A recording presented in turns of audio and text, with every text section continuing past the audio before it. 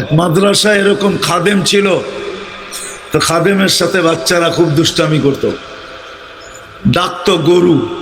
কি গরু? হ্যাঁ, পড়ার সময় গরু ডাকতো। তো ও ছিল একটু সাদা সিধা, সাদা সাদা সিধা বোঝেন, সরল ছিল, সরল সহজ সরল, একটু হাবলা টাইপের, তো বেশি মাথায় নিত না।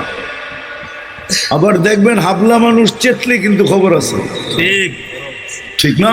ঠিক। তো একদিন বৃষ্টি হইতেছিল প্রচন্ড, এর দায়িত্ব ছিল ছেলেদেরকে খানা পরিবেশন করা।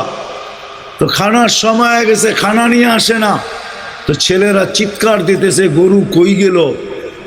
একটু পরে দেখতেছে খানা নিয়ে আসতেছে, তো সবাই চিৎকার দিয়ে বলতেছে ওই গরু এত দেরি করলি কেন?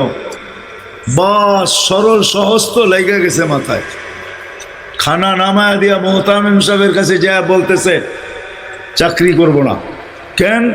কটি মাদ্রাসায় যেটি পালেন এটি সব বেয়াদব, সবসময় গরু বলে শোয়া গেছি, আজকেও গরু বলতেছে, বিজা বিজা খানা নিয়ে আইলাম। তো মোহতামিম সাহেব বুঝছে যে সরল সহজ মানুষ চেতলে তো এরমই চেতে গেছে গা সিধা বাড়িতে। রাত্র ৩টার সময় আসতেছে, আয়সা মোহতামিম সাহেবের দরজায় খটখটাইতেছে, জিজ্ঞাসা করছে কে? হুজুর আসছি। কি জন্য? চাকরি করবো। তুমি না দিনের বেলা চলে গেলে চাকরি করবে না? এতদিন চাকরি করতেছিলাম শুই না, এখন চাকরি করবো দেখা। বলছে এটা আবার কি দেখা চাকরি করবে মানে? আমি স্বপ্নে দেখতেছিলাম কিয়ামত হয়ে গেছে, আমি পুলসিরাতের পাশে যেয়ে দাঁড়ায় আছি, পুলসিরাত চুলের মতো চিকন, তলোয়ারের মতো ধার, ভয় পাইতেছিলাম এটার উপরে পা রাখবো তো রাখবো কি করে। একটু পরে চিৎকার শুনলাম, তো দেখলাম মাদ্রাসার ছেলেগুলা সবগুলা হইহুল্লার করতে করতে আসতেছে। ওরা পুলসিরাতের পা দিতে দেরি, এটা সুপার হাইওয়ে হয়ে যেতে দেরি হয় নাই। সবগুলা উঠা পার হইতেছে, একটা পিছন থেকে আমাকে দেখা ফেলছে আর চিৎকার দিয়া বলছে ওই তোরা যাস কই?